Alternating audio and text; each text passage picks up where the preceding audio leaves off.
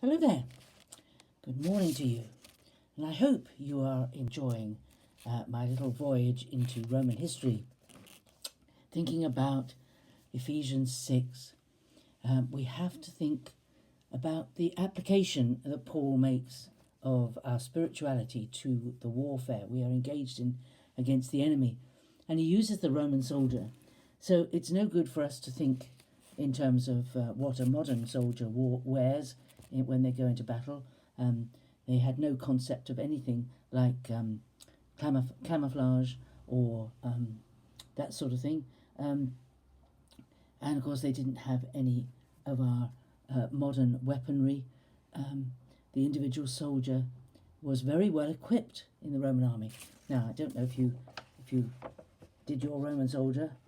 If you didn't, here's mine for you to look at as we think about the Roman soldier.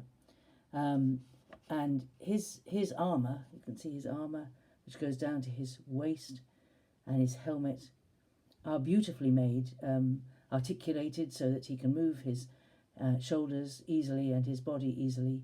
A bit like a suit of armour, the earliest suit of armour that we really know much about.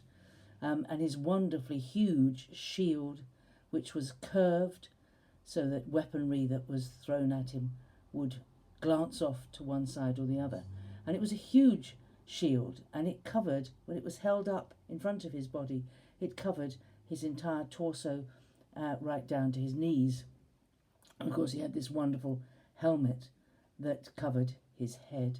I was very interested when I was colouring this in to see that every Roman soldier's helmet covered his ears, and we have to be very careful what we listen to, don't we?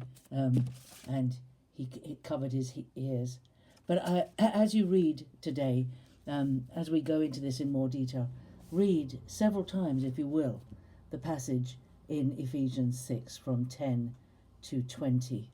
It's one of the most important passages about how we resist the devil. We're told in other places to resist the devil. But it's very interesting. If you read this passage, you see how often the word stand appears. To stand. Not and stand facing the enemy. So the Roman soldier would stand with his comrades. They would stand together in a line or in their classic tortoise shape, where they had shields on the front of them and shields over their heads. And they stood together, side by side, with the shields abutting, and they simply did not move. And the enemy could throw anything they liked at them, and it would not penetrate the shields, because the shields were so big and strong. And the resolve of the soldiers was simply to stand, and they stood together. They stood together, side by side, and they never turned their back on the enemy. They stood as a tortoise. So the men at the back would be facing the other way. If they were standing still, if they were moving, they would be having their shields rigged up over their backs.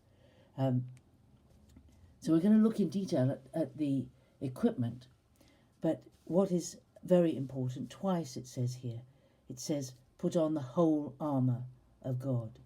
In verse 11 and in verse 13, therefore take the whole armour of God.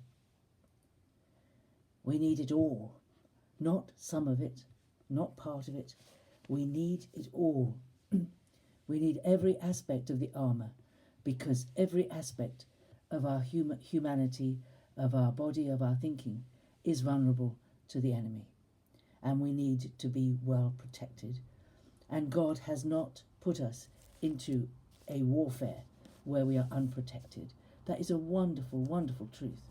There are people who shy away from any kind of thought that we have an enemy because they get scared by his power, I suppose, because they think of him as all-powerful.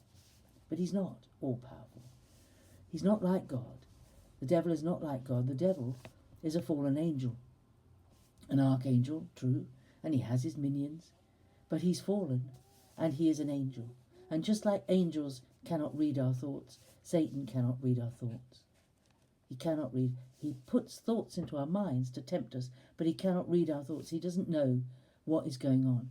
And that is why when we resist the devil, we resist the devil with the spoken word. That just as God creates and does everything by speaking the word, and it comes into being. So we need to speak the word in our resistance to the enemy. But we'll come to that later on. But do take an opportunity, if you have time today, to look it up on Google. I looked it up and I came across a wonderful article which was entitled Primary School Resources. The children at school know more about the Roman army than we do because they're taught about it.